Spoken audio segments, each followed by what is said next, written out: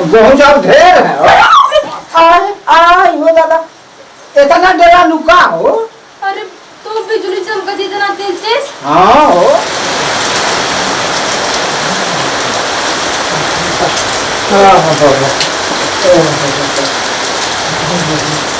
क्यों हो? अरे के है? हम आई हो, भीज कर आई हो तो आ जाई। अरे आवा जल्दी से लगवा जा, बारिश समझ गया। अच्छा आ गए जी। अरे बाप रे बाप। अरे बरिसिया में का नहीं करेला घर से हो? घर से ना खेते कर लिया ना। बरिसिया में का जरूरत रही? अरे चल गई तो तब बरसिया ना रही। अब नमक तेज हो गई है। अच्छा आये ना तेज पड़ा था, देख लिया कितना तेज है। अब भगवान जब करिए तो अरे बाल में डर लगे हो बिजली से थोड़ा सा। हाँ लिपट गया। हाँ जानते हो? हाँ। अरे घर जाता ना कर जब जैसे बुझाता लगे दूर टुकड़ा हो जाए। अरे मत कहा, वही तो हम उठ के बैठ गई है। हाँ बड़ा जोर कर जाता बिजली। अब सब ठीक है? सब बढ़िया है। अच्छा खैलू एलू है? ये का बनल रहा हो? सवेरे बनल रहा सब्जी चावल रोटी ये। वो कहाँ गया? वो ना वो उधर काम धंधा करेगा कतो। अच्छा काम धंधा करेगा। हाँ हाँ ना कमाइए तो कैसे परिवार इधर लॉकडाउन लग गया, इधर ना कमाइए दमाइए तो क्या हुई? हाँ कुछ का कमी होगा तो हमसे बता दिया, हम दे देबा घर से। बात तोरे पतो मेरा लड़का ना होगा।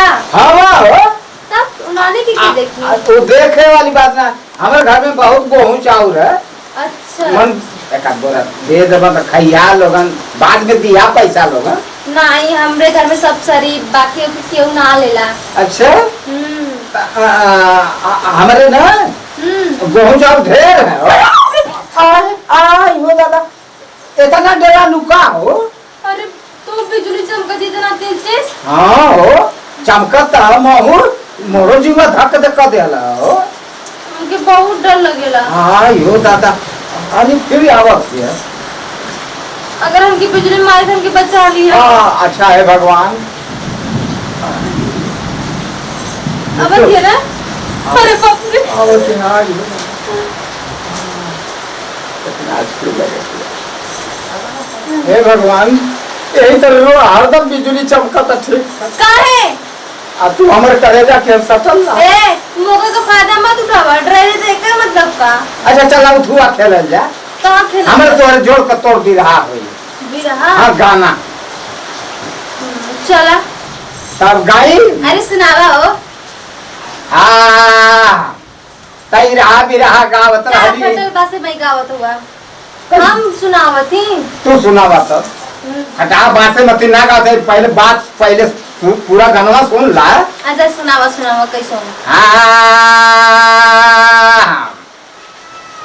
तई रहा बिरहा गावत रहली आ गईली लाचारी, रहा बिरहा गावत रहली आ गईली लाचारी, भुअरी भैंसिया बियाइली एगो पाई। अरे कमरे आया गनवा। तब भैया सुन ला, तब भैया सुन ला तूफानियों का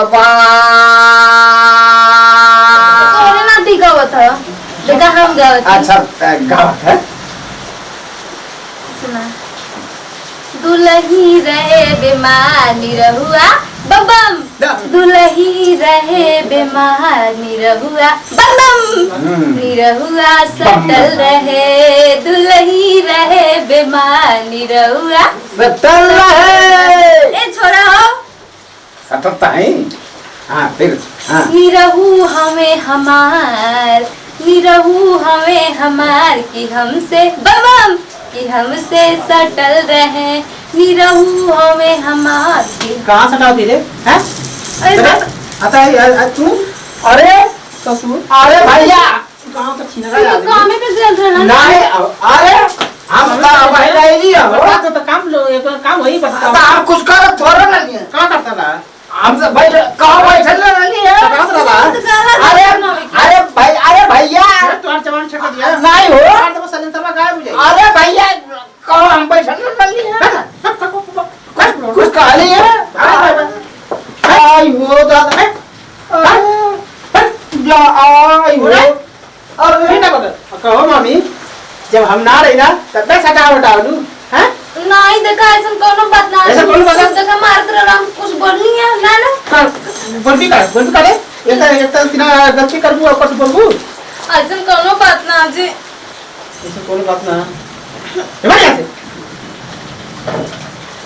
फिर क्या गई जब देखा तब मत करनी तुम्हारे लोग ऐसे करते मत मारो ऐसे करते मत मार हैं ना उठ जाने दी तू फनिया सारे के हैं गांव सारे छिना आदमी है तू सबके पता ही कि जा तू बस चिपका चिपकी करेला हमकी ना पता रहला क्या पता है क्या पता रे खाली दुल्हन है बीमार भी मेरे बम बम हैं लेकिन हमरे साथे तो ऐसा कुछ भी ना कइला तू बस लसरियावत रहतो के तू बैठ के ना तो बस धीरे धीरे लसरियावत रहना कि तू मेरे प्यार से चाल फंस जा आयो ठीक है ना? बाबा अब ऐसा करना कर दे ना हम ऐसा ना करब हम जान के लिए बोके जान के नहीं बता दे रहा बहुत बहुत हाँ तो भैया लोगन नमस्कार आया हुआ हो तूफानी दादा नमस्कार भैया। भैया लोगन ये जो वीडियो बनावल गया है बरसात में मनोरंजन आदमी कहाँ जाए बड़े अपन बरसात में मनोरंजन के लिए बनावल गया है ताकि आप लोग इसके देख के मनोरंजन करी और हाँ अगर हमारा वीडियो आपको पसंद आए लोग हमारे इस वीडियो को लाइक शेयर कमेंट करिए और हाँ चैनल सब्सक्राइब करना बिल्कुल मत भूलिए।